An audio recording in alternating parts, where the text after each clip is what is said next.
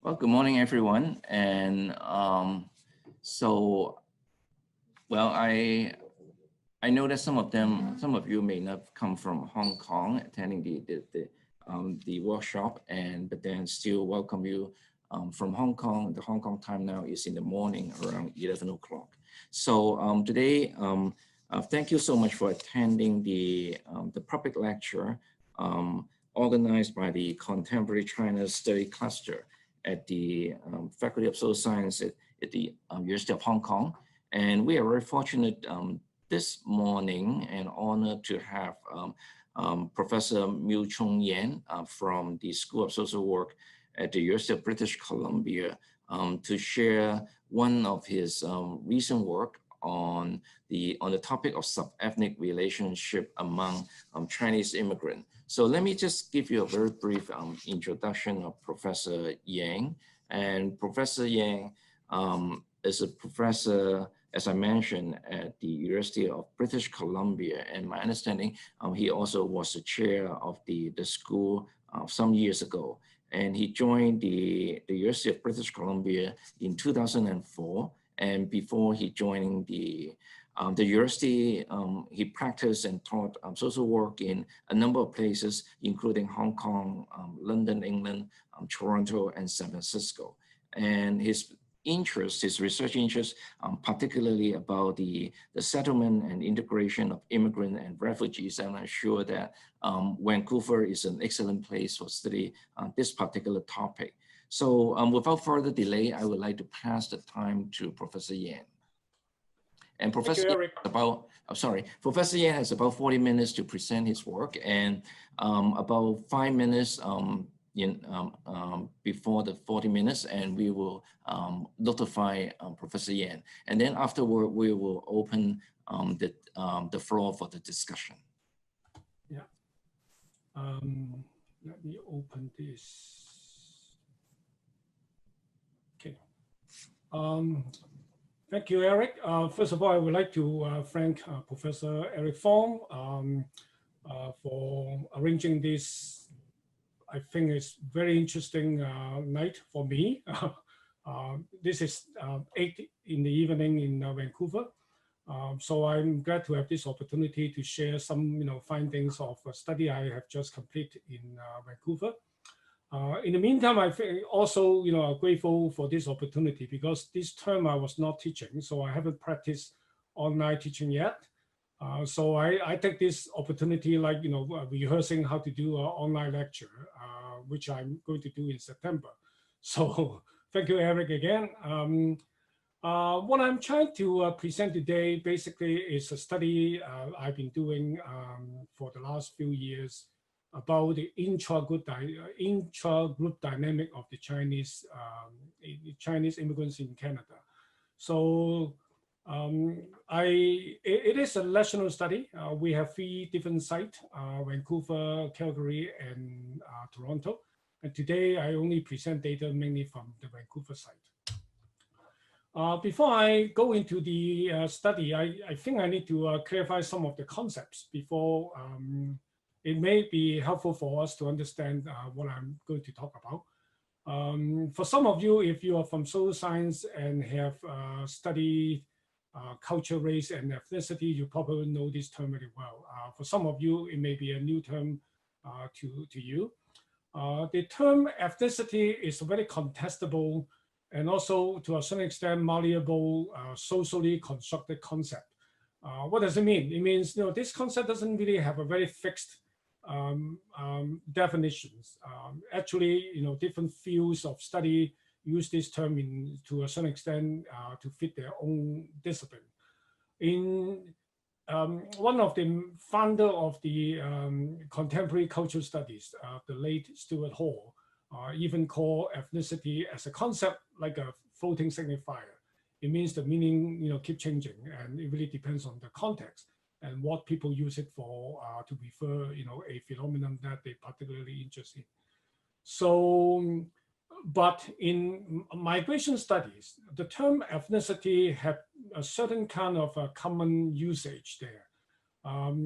Most of the time when we use ethnicity in migration studies, it refers to some a group of people who have some shared cultural, particularly ancestral heritage in terms of language, in terms of their values, norms, and customs, practice, this kind of stuff, including religions. But to a large extent, okay, the concept had also been extended to a very racialized meaning. So to a certain extent, some people will use ethnicity to refer to some racial category. Say like the Black, Chinese, to a certain extent, is beyond cultural understanding. It's a kind of racial label too. Sometimes, ethnicity also refer to certain kind of national characteristic. In this case, okay, as we can imagine, Chinese, because the term Chinese is a very complicated concept. Okay, it's not just refer to a group of people who may share the Chinese cultural heritage. Chinese is also referred to some, very often as a subject of the Chinese government or the Chinese nation, which now, most of the time people refer to the PRC. Sometimes people will also refer to the Republic of China. So it really a very a political charged concept to a certain extent.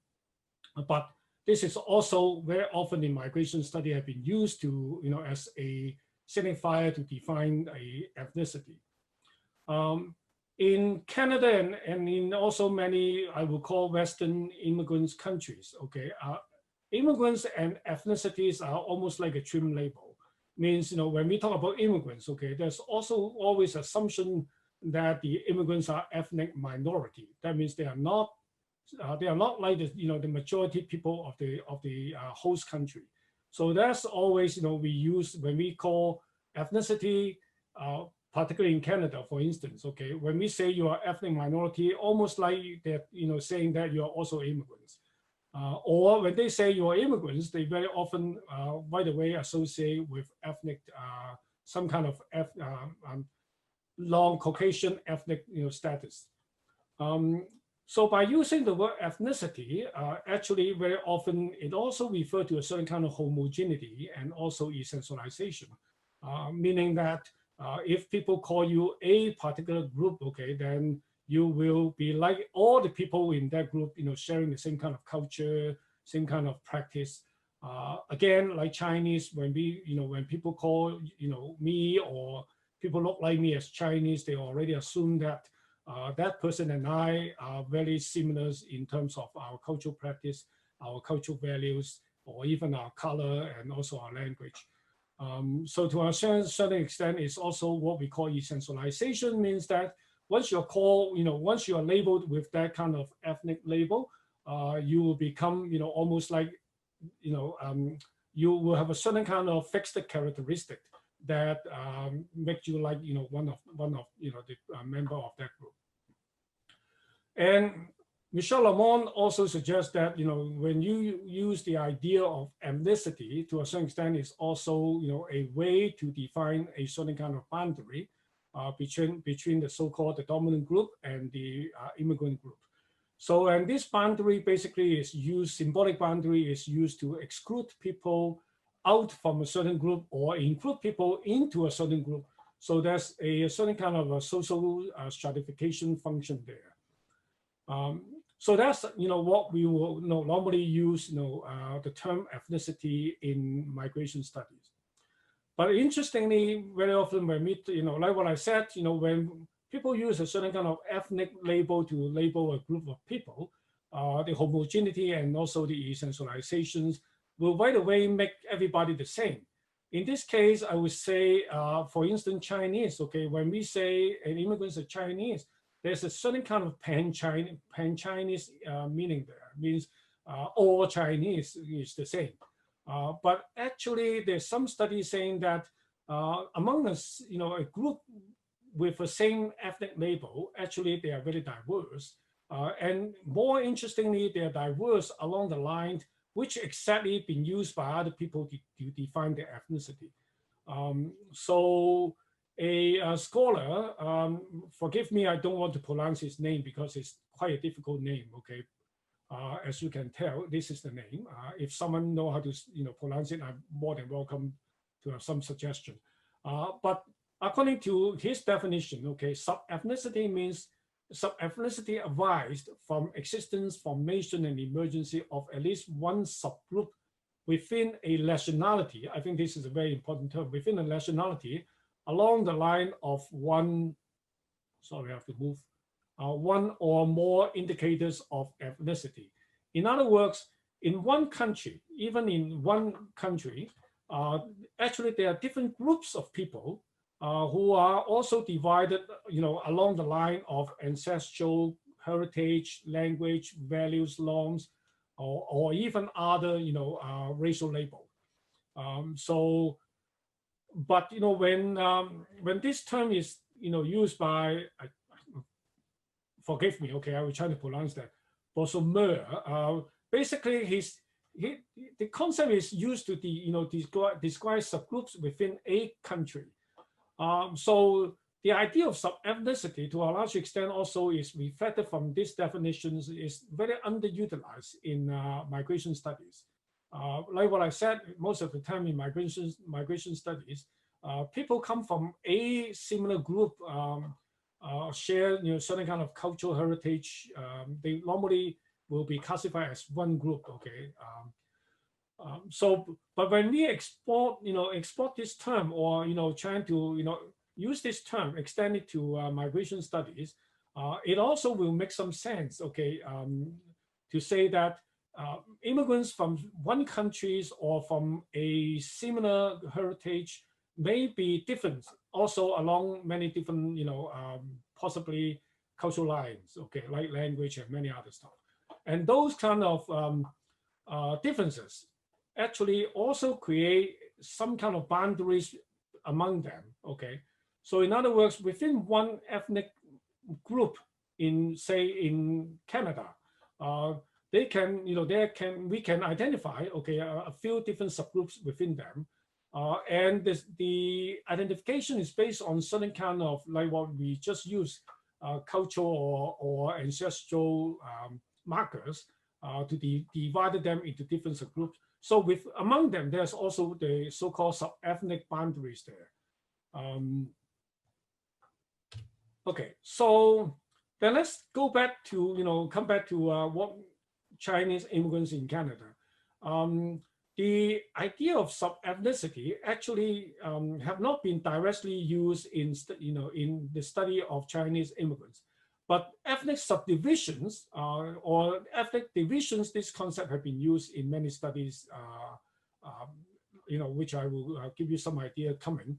But before that, I would like to put a certain kind of footnotes here. Number one, Chinese are ethnically diverse. Okay, as we know, China have more than 50 different ethnic groups. So when we call Chinese, okay, actually by default, we already have different sub-ethnic groups. Even among the Hans, okay, the majority, the largest ethnic group in China, we are also subdivided into many groups. And I think, if you are from Hong Kong, you probably will know already, okay, there are some people speak dialect from Canton province. Some people may speak dialect from northern China. So, and they also eat different kind of food, have, certain kind of different rituals at home. So to a certain extent, okay, even within Hans, okay, we may be able to identify different sub-ethnic groups among us. So of course, okay, among Chinese, okay, we know, when we tell people I'm coming from Quzhou, or I'm coming from Shandong, okay, basically right away, the person who also from China or, share the Chinese culture, okay, they probably will know, okay, you are slightly different from the Shandong people, will be slightly different from the Quzhou people in many ways.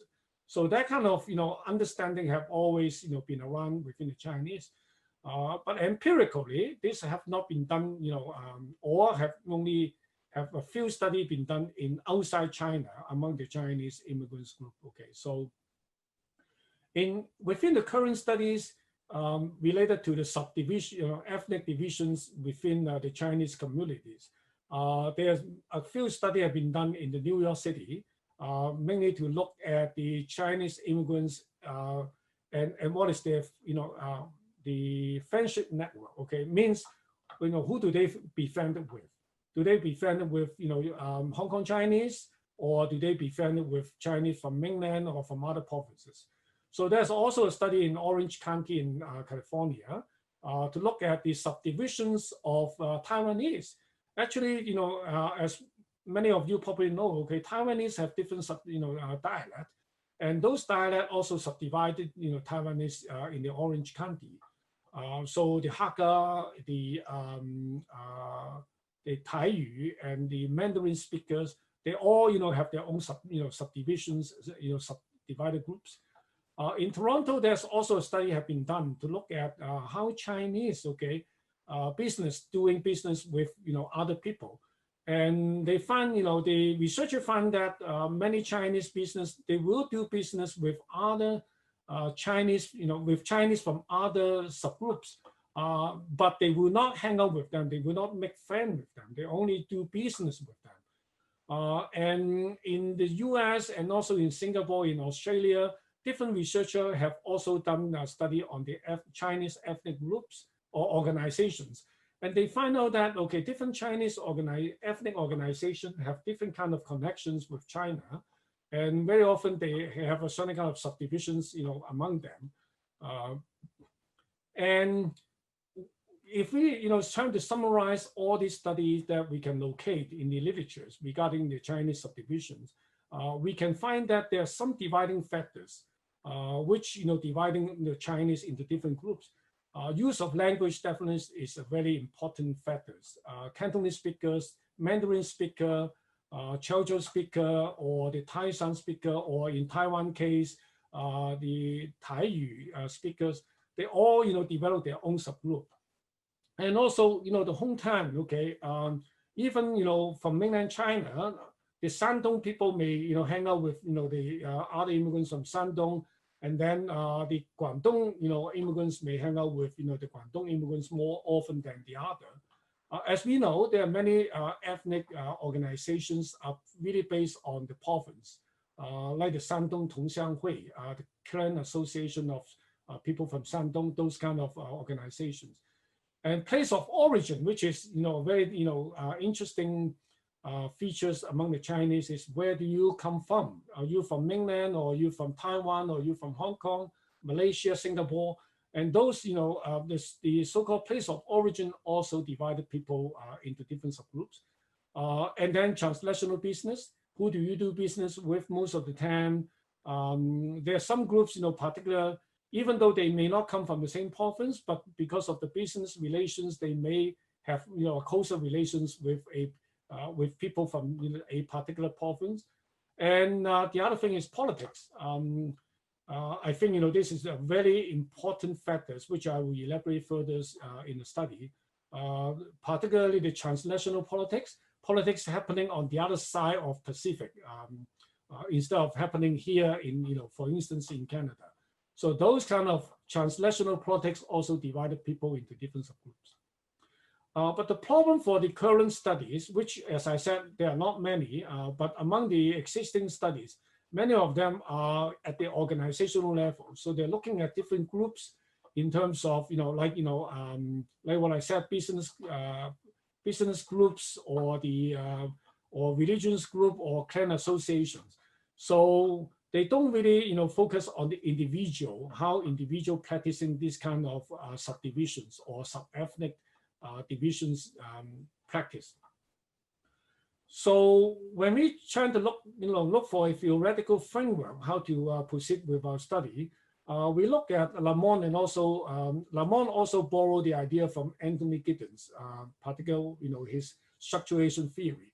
According to Lamont, and using Giddens' theory, her suggestion is ethnic boundary basically is generated through a cultural processes.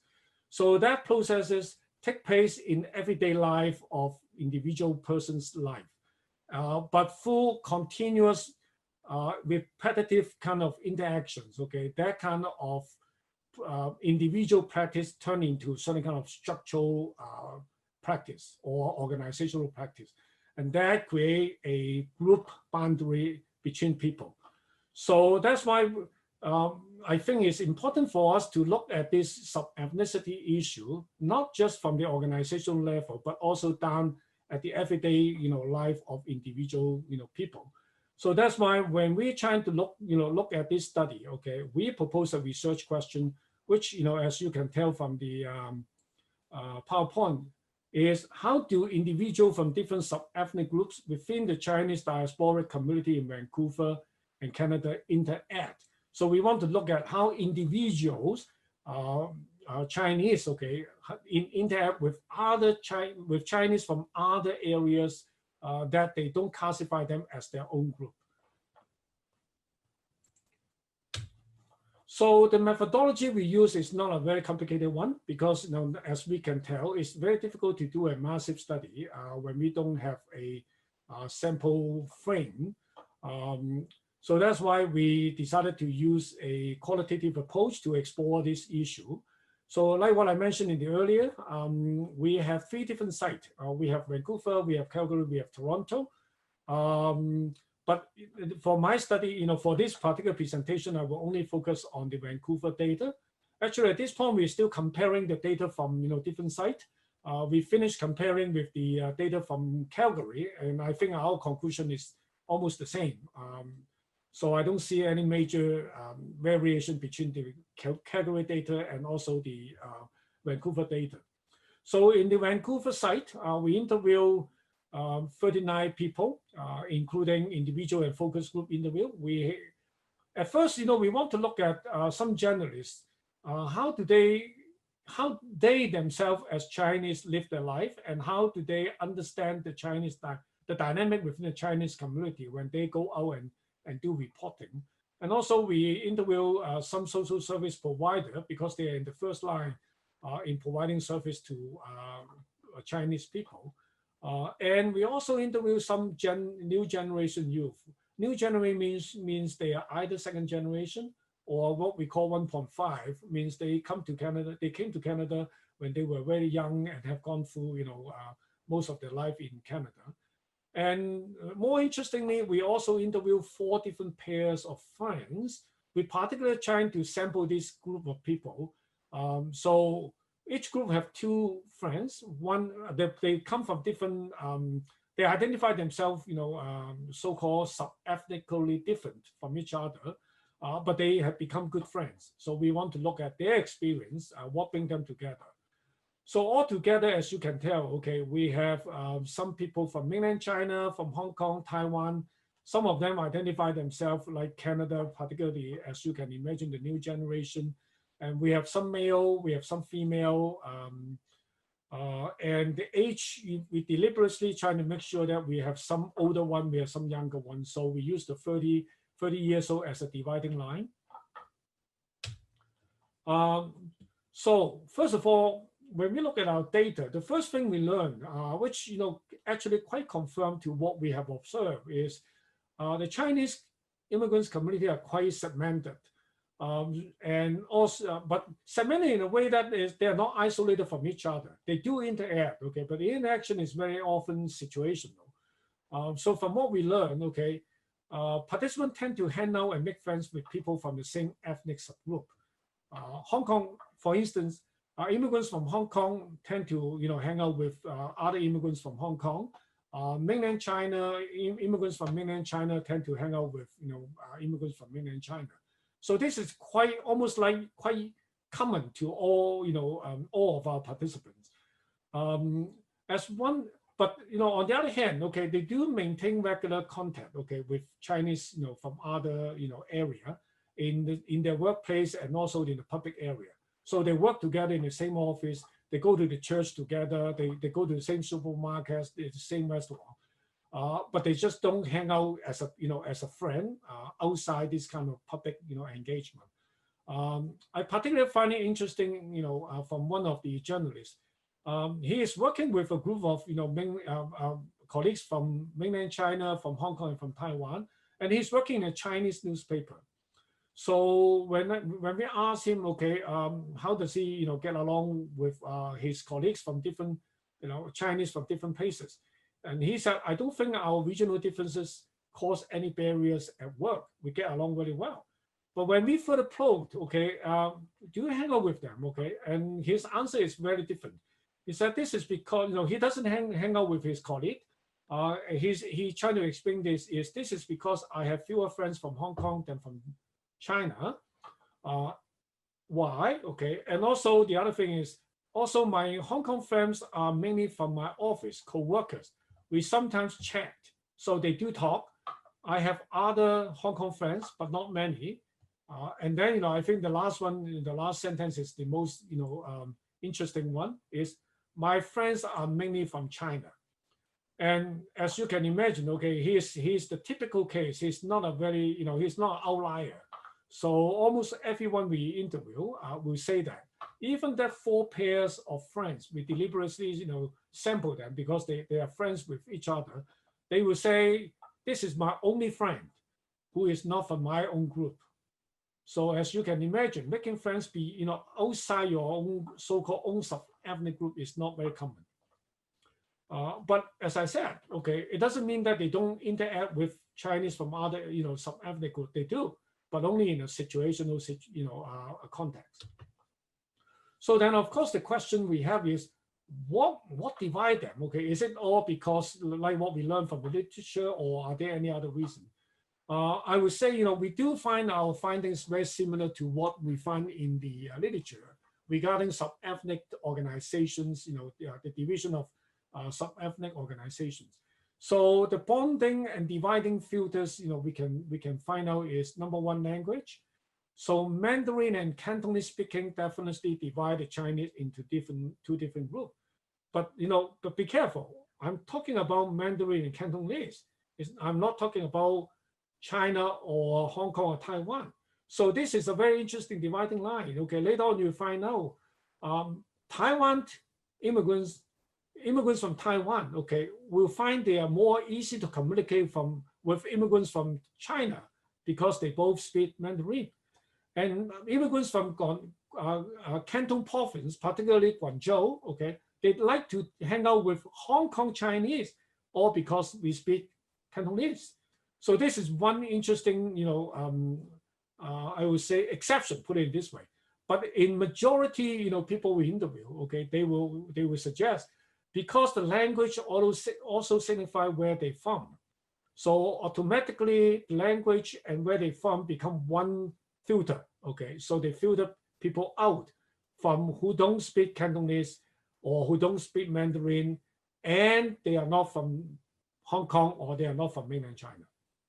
Okay, so this is, an intersection there. But when we further ask, okay, is it just because of Mandarin or is it because of, Cantonese or what? And some people told us, okay, I don't really like hanging out with some Hong Kong, immigrants, some participants from Hong Kong. They said, I don't really feel like I can hang out with, immigrants from Guangdong, even though they speak Cantonese, but their intonation, their accents, their use of words are very different from us. So sometimes I still find it difficult to communicate with them, or vice versa, put it this way. And the other thing is, whether they have a shared lived experience. So very often when people say, what, I don't really like hanging out with, people from the other group, or because we don't really share those kind of experience. But again, this is a very interesting, exceptions. The interesting exception is people from Guangzhou, or from the vicinity of the Pearl Delta, they have no problem to hang out with Hong Kong people because they all watch TVB. So to a certain extent, when they talk about TV, they still have a common, like a shared experience to talk about that. And then, the other thing is because of the language difference, it caused lots of tensions. So I have 2 examples here to show you. One is when I occasionally need to interact with mainland Chinese, I need to use their slangs to talk to them. If you use the slangs they use, they will feel that you understand or even understand more than them. If you don't refer to their thinking slangs background, they may not even talk to or interact with you. Actually, I would say this is mutual. It's not just, Mandarin speaking or mainland, or Hong Kong people also do the same thing. And then the next one is, I don't know how to speak Mandarin. One time when I went shopping, the shopkeeper said, you don't know how to speak Mandarin? You are Chinese. You need to know how to speak Mandarin. So this kind of tension actually was not new again, okay? We interviewed some Taiwanese participants who came to Canada for almost, for more than 20 years now. So they did talk about their experience. When they just came to Vancouver, as you can imagine, around 20-something years ago, okay, Cantonese was the dominant language in the Chinese community. So when they went into Chinese supermarket, okay, if they don't speak Cantonese, they also experience certain kind of discrimination. They felt difficult. So many of them end up learning Cantonese. And now, if you come to, Vancouver, if you go to Richmond, which is next to the city of Vancouver, majority of supermarkets are operated by mainland Chinese. So this is the experience one of the participants from Hong Kong, okay, shared with us. So this person went to a supermarket and then he right away got, the cashier basically said, why don't you speak Mandarin? You are Chinese. So this kind of, language difference caused lots of tensions within the Chinese community. And then also because of that kind of tension, it divided people into groups automatically. So then the next question is, how is that, what reinforced this kind of boundary setting, right? So what what further fixed this boundary? So we look at, the experience of, of all these people. We find that people from different places of origin seems to have noticeable and mutual bias against each other. So I guess, I think, Weimer have a very, is it Weimer? Let me show you the examples first, and you probably will know more about that. Weimer and also Annie, they are one of the couples. They are, one of the pairs of friends, right? So they know each other very well. Weimer said, because Hong Kong people speak Cantonese, they may not feel comfortable speaking Mandarin. When Hong Kong Chinese read the newspaper, for instance, if there's a car accident, they say, oh, they are from mainland China. They are from mainland China. That's why they went through the red light and or whatever. So this is a very typical kind of bias of Hong Kong immigrants against mainland Chinese, is they don't know how to drive. Okay, so, and actually, on the other hand, okay, the mainland Chinese also have, their bias against Hong Kong people. So, and this kind of bias is quite rigid to a certain extent. So language divided people, but this kind of bias further fixed the boundary between these two groups of people. And he said, I heard about this. I heard lots of things like this, the same thing. Mainland Chinese will think, people from Hong Kong, they don't like us. They just don't like us. Then they say, stay away from them. So then you can imagine, right? Because of this kind of misunderstanding, this kind of bias, okay, basically reinforce people's divisions.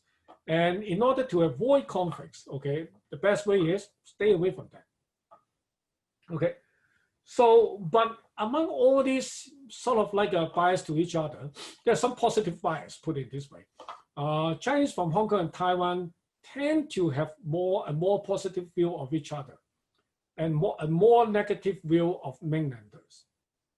Okay, so something you probably need to know. Oh, did I? Oh, actually, I jumped a PowerPoint. Let's go back to this PowerPoint, and you probably will understand why. Chinese in Canada is not new. Okay, we have been here since 1880s. As many of you know, okay, Chinese helped build Canada, build this country by helping them to build the railroad from west to east. But after the railroad was built, again, many of you have heard about that. Chinese have been excluded from coming to Canada, and some of them have even been forced back to China. And for a long, long time, okay, there was no Chinese, I won't say no, okay, there were only a very few Chinese were allowed to move to Canada until 1950. After the Second World War, because Chinese did help fight the Second World War in, stand together with other white Canadians. So the Canadian government finally decided that, okay, they have to end the exclusions. And later on with our new Immigration Act, so the Chinese were allowed to come, but it's still in a very small number. It was until almost like 1980 when the Chinese and the British government signed the joint agreement of returning Hong Kong to China. It really stirred up many Hong Kong people to leave Hong Kong. And altogether, from 1980 to 1997, we have over 380,000 Hong Kong people moved to Canada. But again, I want to put a footnote here. This number is very unclear because there's no one way to check how many people exactly from Hong Kong have moved to Canada. Because the source of data basically either based on where you submit your application or based on where were you born. But as we know, many people were born outside Hong Kong, mainly in China, but they were moving to Canada from Hong Kong because they born in Hong Kong, China, and then moved to Hong Kong and settled in Hong Kong, and then they moved to Canada. So statistically, they were counted as born in China. And then in the meantime, where do they apply to come to Canada? Many people applied for Hong Kong, but I also know that many people applied to other Canadian embassies in different countries to come to Canada. So they were from Hong Kong, but they will not go through the Hong Kong embassy. So the number was not really counted as Hong Kong immigrants. So, but from whatever source we can tell, approximately I would say close to 400,000 Hong Kong people have moved to Canada from 1980 to 1997. That's exactly when, like what I said, when most of the supermarkets were, operate or food, or stores or restaurants were operated by Hong Kong people, and the dominant sub-dialect or sub-language were used in those, Chinese community at that time was Cantonese. And since 1998, immigrants from mainland China have overpassed, in terms of number, overpassed immigrants from Hong Kong, and became actually, at some point, became the #1 source of immigrants to Canada. So I would say since 1998, majority, the so-called Chinese immigrants to Canada are mainland Chinese or Chinese from mainland. So that also changed the landscape of Canada and changed the landscape of many Chinese communities, including the one in Vancouver. So Mandarin speaking now have almost dominate most of the store and also market. So by 2016, altogether, Canada have 1.57 million Chinese and over close to 650 were born in mainland China.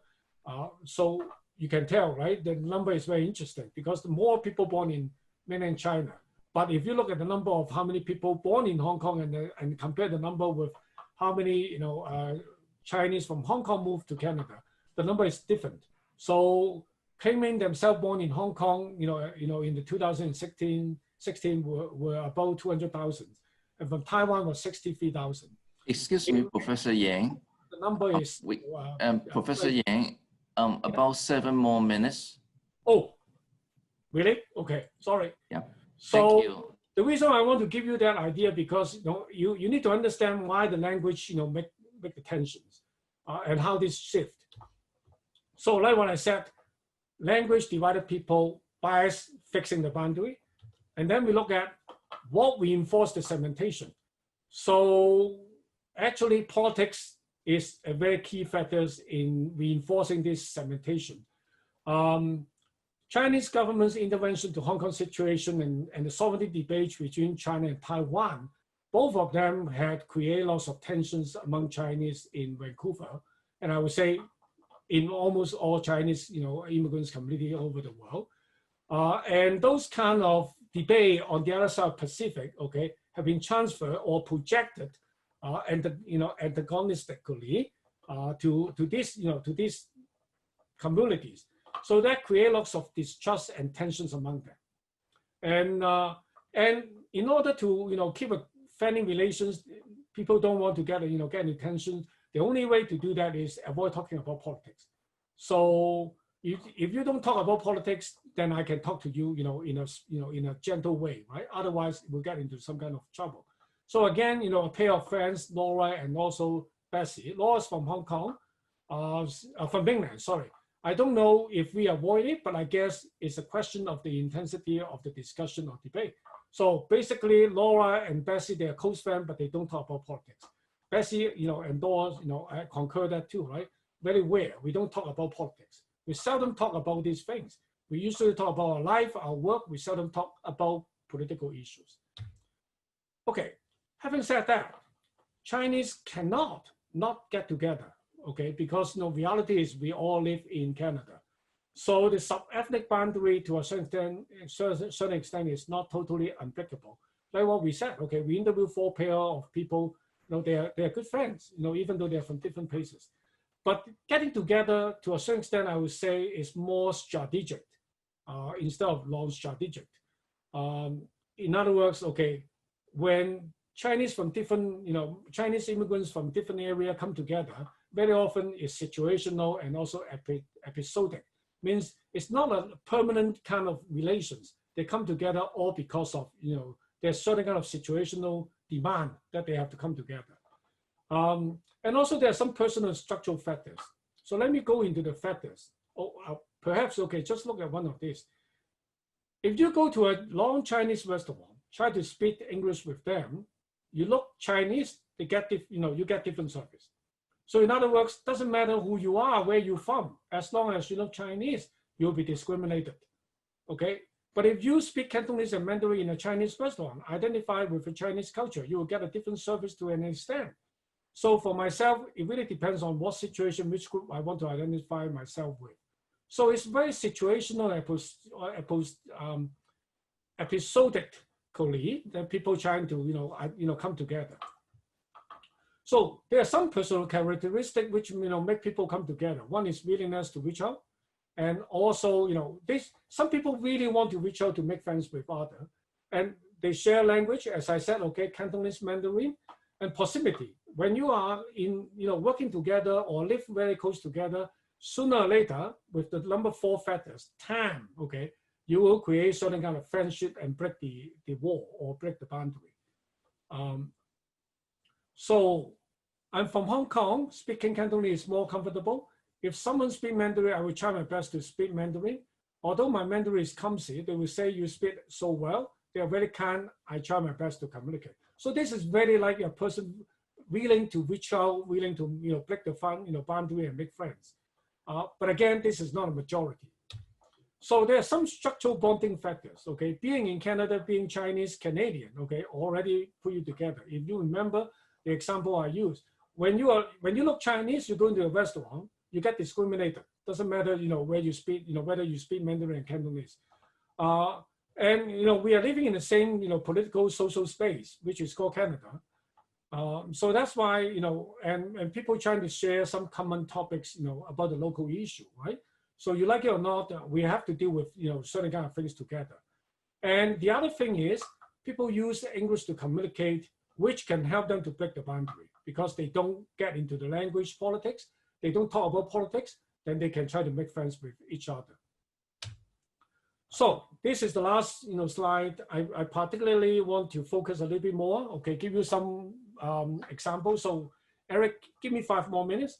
Number 1 is, how do individual and organizational practice mutually shape each other?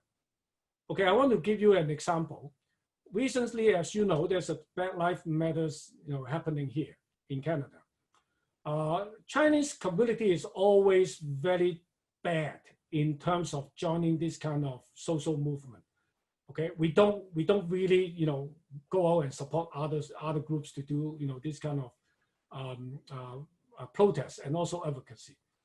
But this time in the Black Lives Matter, a group of Chinese, okay, who came together and put a statement together and saying that we are Chinese, we want to support this movement.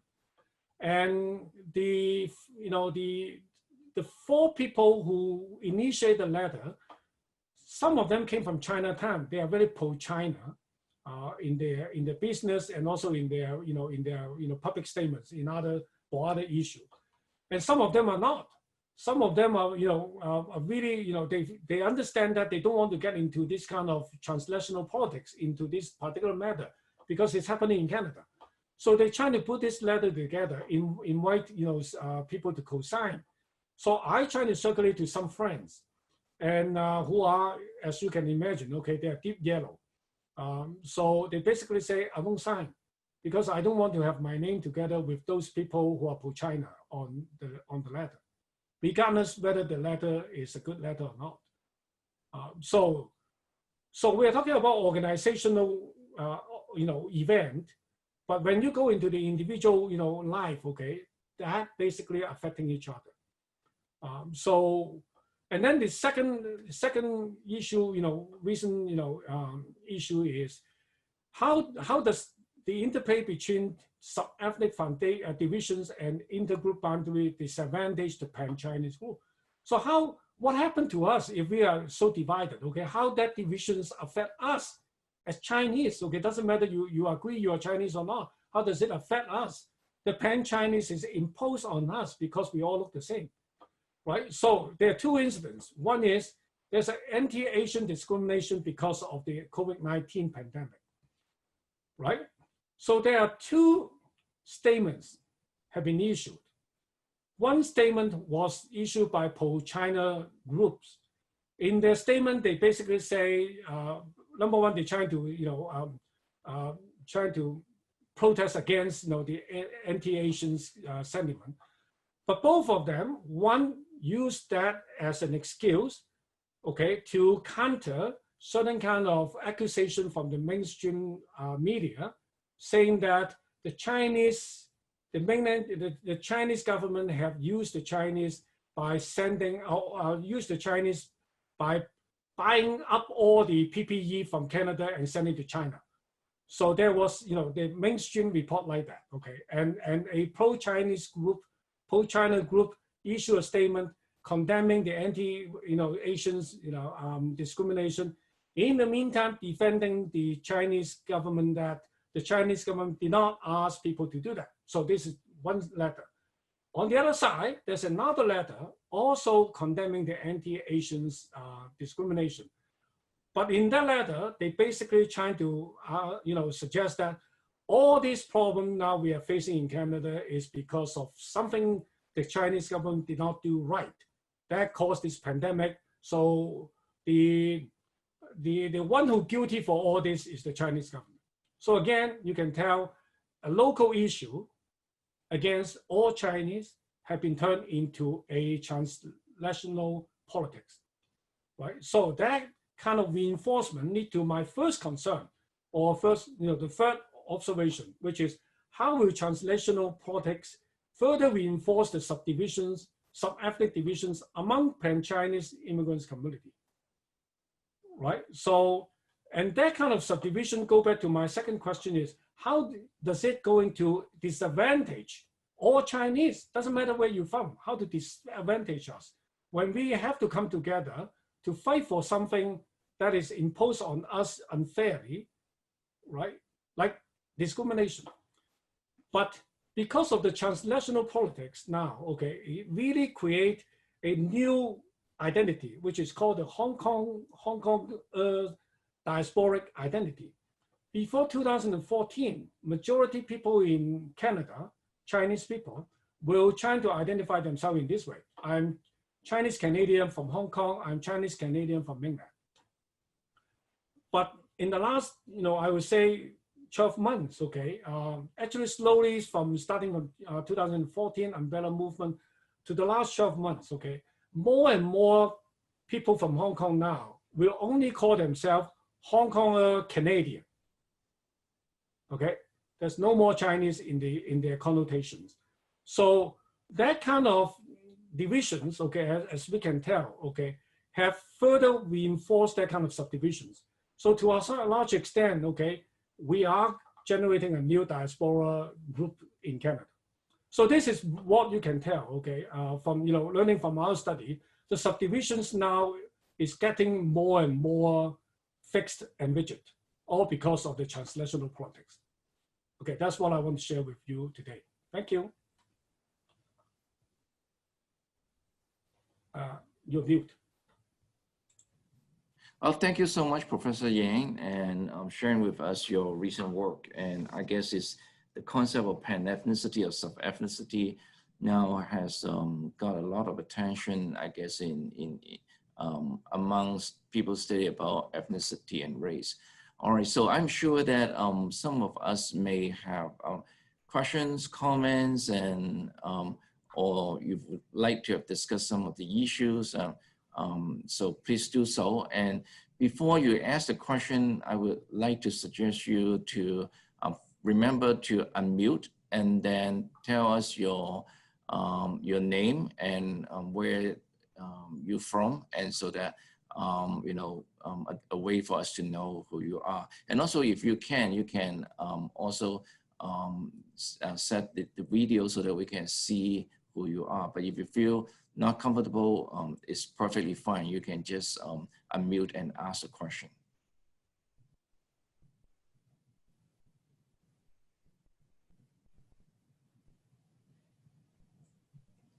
Well, I do have a question here from Clementina. Well, I guess, number one, I think we need to understand, okay, I'm now in Canada. I'm not in Hong Kong. So the idea of mainlander in Hong Kong and also in Canada, to a certain extent, they're similar, but they're different too. Because in Canada, everybody got, you know, lumped into a certain kind of big category. So if you're from mainland, you're from mainland, you're from Taiwan, you're from Taiwan. But in Hong Kong, the mainlander and the Hong Kongers difference is very close, okay? Because you cross the bound, you know, you cross Shenzhen and go to Hong Kong, and then you become mainlander. So to a certain extent, yes, the local people in Canada, the Chinese in Canada, do borrow certain kind of meaning from Hong Kong, okay, how to classify mainland and not mainland. But to me, the mainland and not mainland also very often just used to signify where is your, you know, where do you come from, right, in terms of your place of origin. And we have, you know, Malaysian Chinese, we have Singaporean Chinese. So it's very often people will, you know, will ask the question is, if you're Chinese, which place do you come from, right?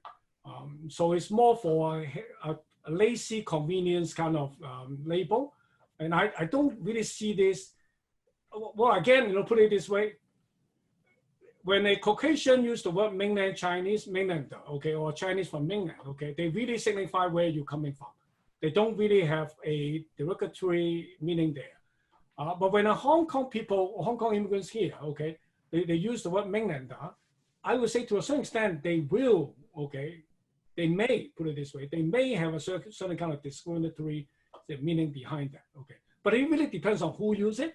So I don't think a white man white person use the word mainlander or mainland Chinese, okay, they are trying to discriminate that. They are trying to just distinguish this person is from this person because this person is from Hong Kong. Yeah.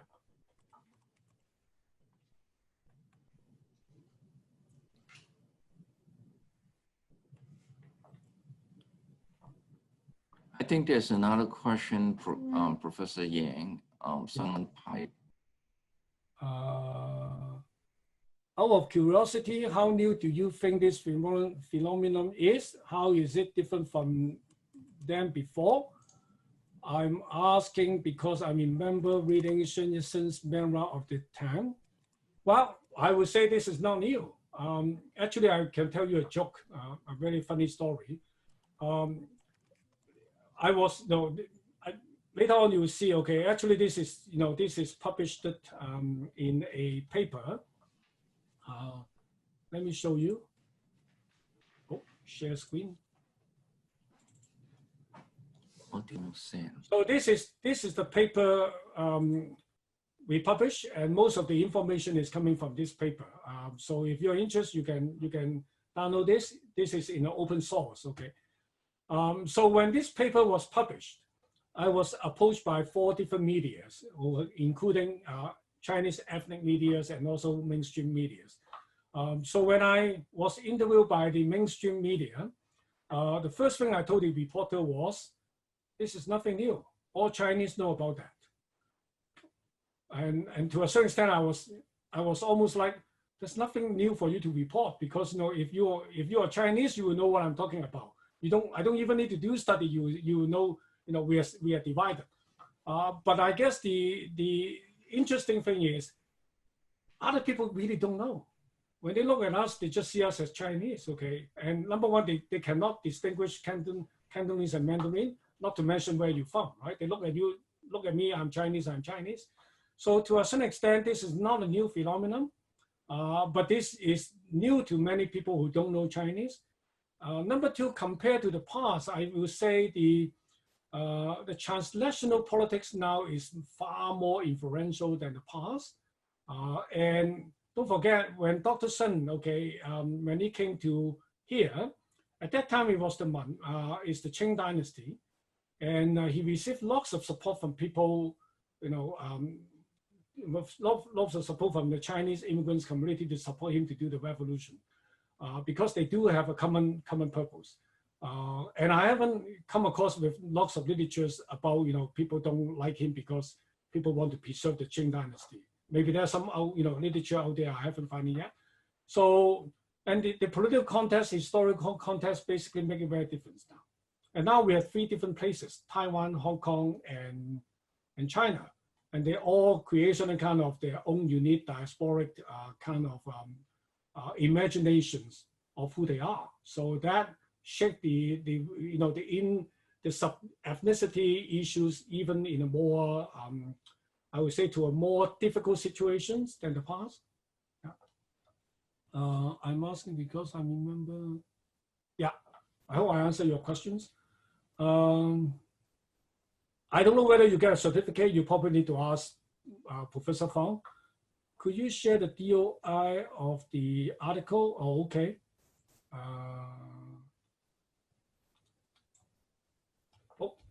You know what? I will.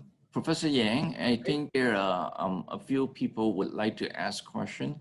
And for those who want to ask that question, can you unmute yourself and you can just ask the question, please. And I think someone, Elmer Chen. Yeah. Thank you, Mr. Yang. Can you hear me? Yes. Yeah, thank you for your presentation. I'm a student from the Faculty of Social Sciences, and I'm from the China Study major, and I'm doing my capstone project concerning the Chinese diaspora community in Chile, in South America. And I'm quite amazed by your finding that you just pointed out that this is not a new phenomenon, but for people outside China who don't understand China, this is quite new for them. But I'm wondering, because your presentation has focused on the subdivision between mainland China, Taiwan, and Hong Kong. And I think the 3 regions are quite special in terms of that actually there are physical boundaries between China, Taiwan, and Hong Kong. How about the subdivision of the ethnic groups within China? For example, the people from Guangdong, people from Shandong, people from different provinces. Do you think this kind of findings that you pointed out just in the presentation also exist within the groups within mainland China? Or do you think it is a particular phenomenon, particular patterns of interaction between people from the region of Taiwan, Hong Kong, and mainland China? You mean here or in China? I mean in Canada. In Canada. Well, actually, when we interview a few participants, coming from mainland, okay, they did talk about they have a concentric ring of friendship. So within the inner ring, right? Most of the friends within the inner ring are from their own home province, or even from the same city, like Shanghai or Jilan. They basically from the same city. And then the outer ring are people from mainland, right? Because to some extent, because of the national, like what I said, the nationalistic characteristics. So the second ring to them, okay, is anyone from mainland, and then further out. It will be Chinese from other places, and then further out it will be the Caucasians. So it's to some extent, yes. If they have a group big enough, okay, they probably will do that.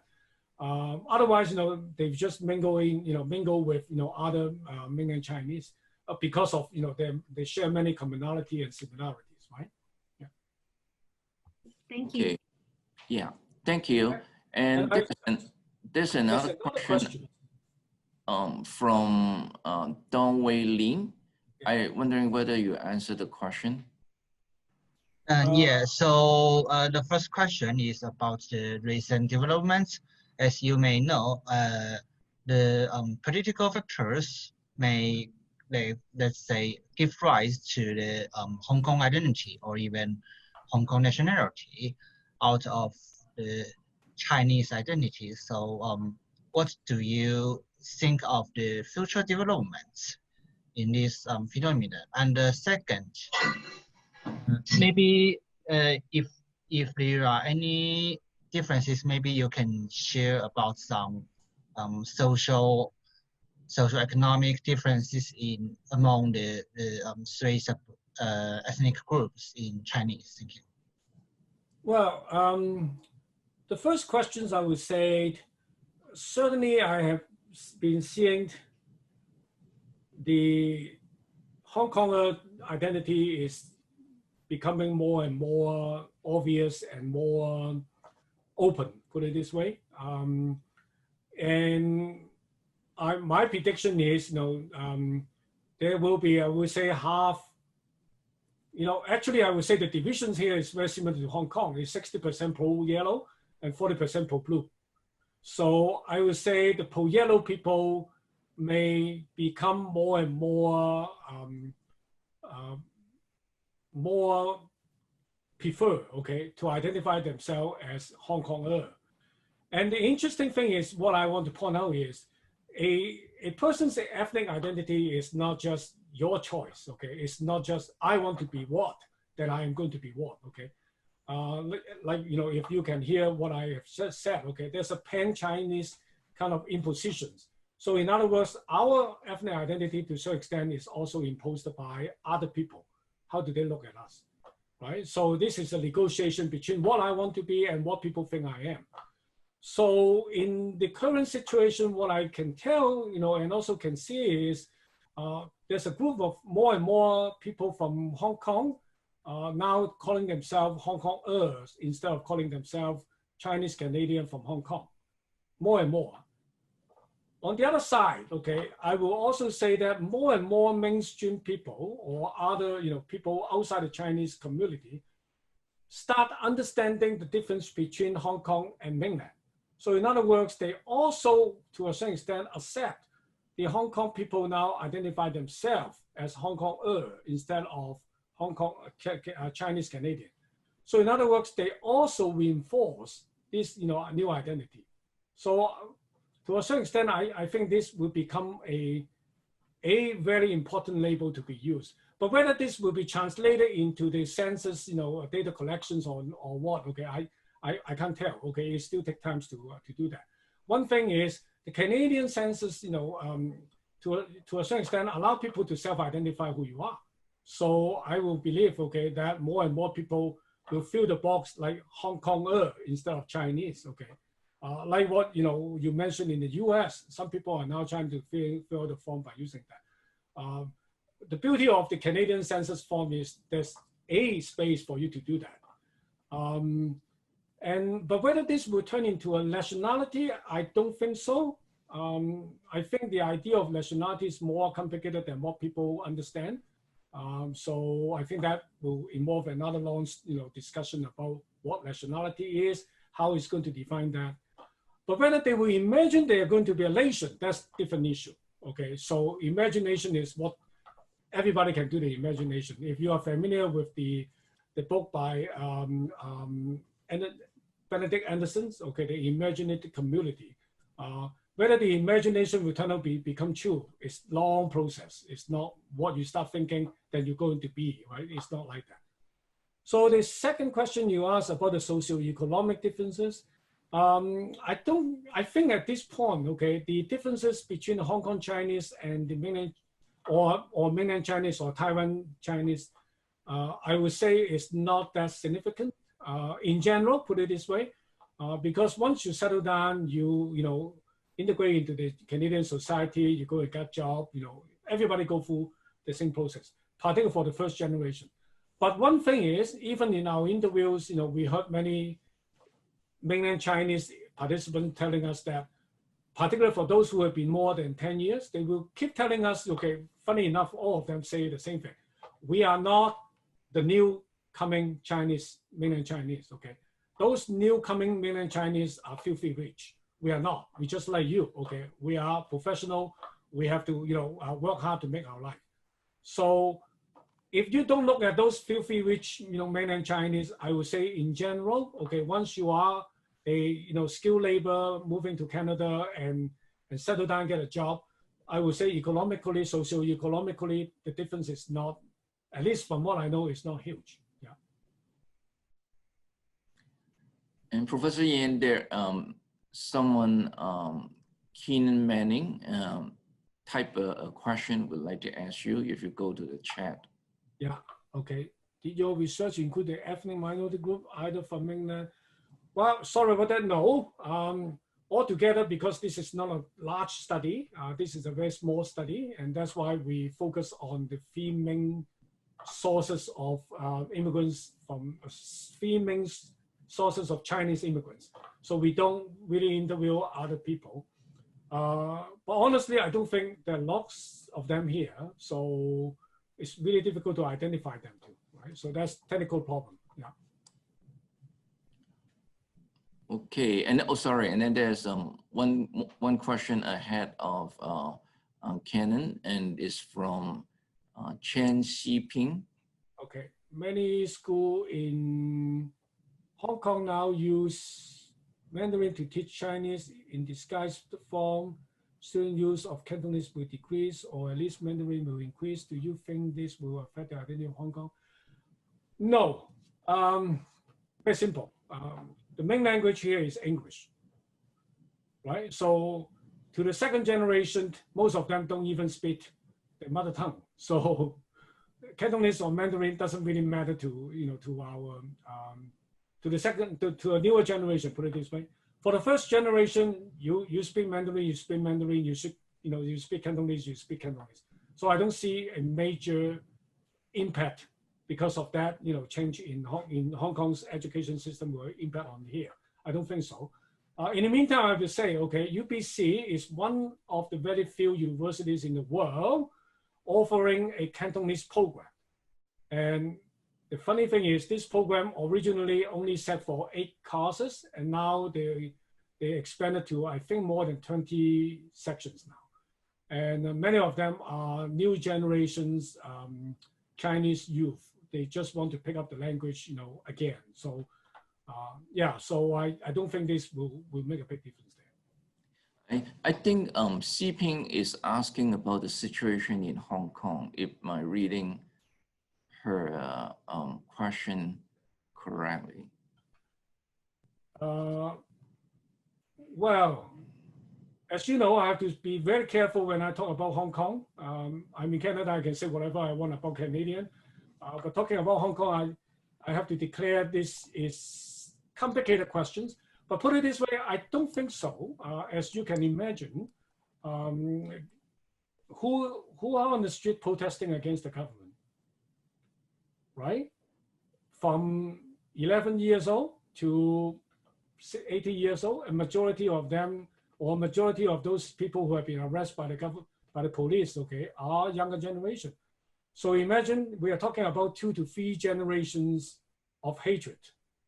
Forgive me by using the term, okay, among the younger generation Hong Kong people to the authority. So I don't think the language will change them a lot. Even their children, I would say they would certainly try all their best to keep the Cantonese at home. I think the same situation in Guangzhou, okay, although, you know, many people say Guangzhou now basically dictated by Mandarin, but I also know many, you know, people living in Guangzhou or Cantonese, okay, they still trying to make sure their children speak Cantonese at home. So, and I think the dialect things is very interesting. I watch lots of films, okay, made in China, and I still can hear Hebei Shandong, Sichuan, Shanghai dialect in movies. So dialect is not, even though people worry dialect will be dying soon. Okay, actually, if you're from mainland, you probably know better than me. Okay, dialect are still quite actively used in many places in China.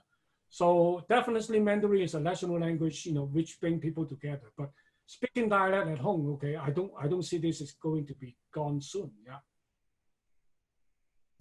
May I ask a question that would like to bring the discussion to a more general questions that do you think, how much do you think the what you discussed about different groups of Chinese can apply to other ethnic groups, like for example, Iranian or even Canadian, the French Canadian or the British or the English Canadian. So how much do you think what you discuss can apply to other groups, or this is quite unique among Chinese? I think, within Canada, we know that Canada proud ourselves, okay, which I think many people are regretting what they're proud of is, is based on two language, right? English and French, because of the colonial imperial history. So if we see English speaking and French speaking are two different ethnic groups, okay, so subdivisions within a country is not new, just like, the author I cite. But say, for example, Jewish people, okay, the Jews came from different places too. We have East European Jews, we have, African Jews, we have different Jews. But very different is, they have a very different kind of transnational politics. To me, like what I, trying to present to everybody here, okay, language divided people, but it doesn't really sustain the boundary, right? The sub-ethnic boundary basically is sustained by mutual discriminations among different groups, and more importantly, reinforced by transnational politics. Because now, as we can imagine, even the discrimination things, if you live together close and for long, probably your discrimination was caused by ignorance. By knowing each other better, that kind of discrimination may die out, right? But transnational politics is a continuous kind of fire or field, okay, put in, trying to burn causing the tensions. So unless, the transnational politics die down, okay, otherwise it will always spill out to here and further reinforce that kind of divisions. This is exactly, different from many other, ethnic groups. Italian also are quite subdivided, okay? The Northern Italian, the South Italian, plus the Sicilian, they basically, don't like each other, right? But they don't have something to reinforce these kind of subdivisions. In the second generation or later on, okay, they all come together. Some of them don't even identify themselves Italian anymore. But racially, we cannot escape from our body, right? Even your third generation, fourth generation, as long as you look Chinese. And then in the meantime, you get this kind of reinforcement of transnational politics. So I think this is quite unique, I would say, okay, to Chinese, okay, with this kind of clear subdivisions and further, kind of widening gap between the, the subdivisions. Yeah. Okay. Because of the time, we can take the final questions, if there's any.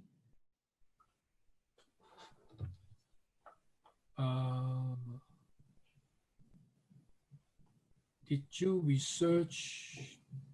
Oh, no. No, I think, I guess, thank you so much for everyone attending this seminar, and also thank you so much for Professor Yang to share with us his recent work and about the different groups of Chinese, their interaction in Vancouver. And I'm sure that, from the question and the discussion we have, I'm sure that it makes us to think a little bit more about the subject. And so once again, thank you, Professor Yang, and thank you everyone for attending the seminar, and hope to see you all next time. Thank you.